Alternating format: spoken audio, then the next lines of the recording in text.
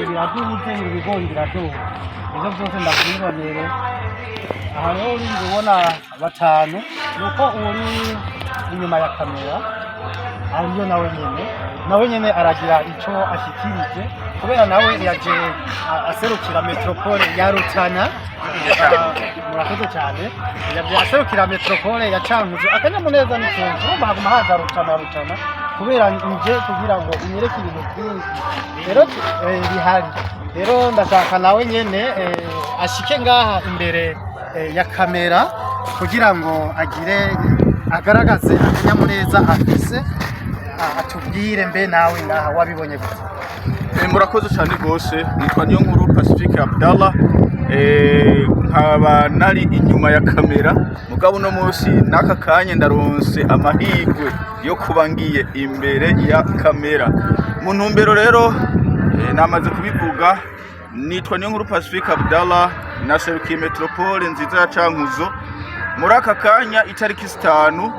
z'ukwezi k'umunani umwaka wa 2026 nkaba mpagaze neza na neza muri metropole nziza y'umushinga ntahi ayoboye Rike uno munsi rero nkaba mvuga nti numunezero udasanzwe kuba ndi muri iki kibanza nyezina twahora tubona ku mavideo bamwe bakavuga bati mbega ijyayo bari montage mugabo si montage banyacankuzo banyaruyigi banyagitega banyarumonge namwebwe mwese muri mu gihugu cy'u Burundi namwebwe kandi muri hanze y'igihugu aba diaspora iyi si montage c'est la réalité turi muri Rutana nuko mwamaze kuvyumva hamwe hazokubakwa cyane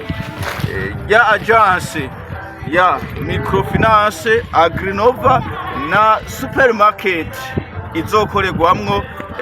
vya bindi byose twama tuvuga ngo acheter égal épargner ndishoreye kandi ndiziganirije wari umunezero kumbure nagomba ndabagaragarize nk'uwashitse kuri tere ya cakibanza muhora mubona. Murakoze cyane bwana Abdullah. Jewe nina kanyamuneza ntangere nongera shimira na Eric kwiyumvira ikibanza nyiki ikibanza kiri hafi y'amazi n'amatara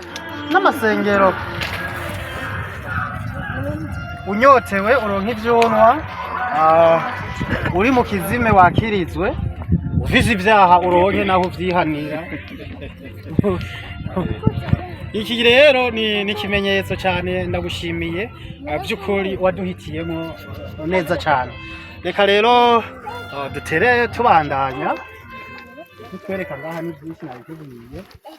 twereke kugira aka kanyamuneza dufise tubandanye tukagaragariza muri iyi metropole yawe nziza ya Rutana.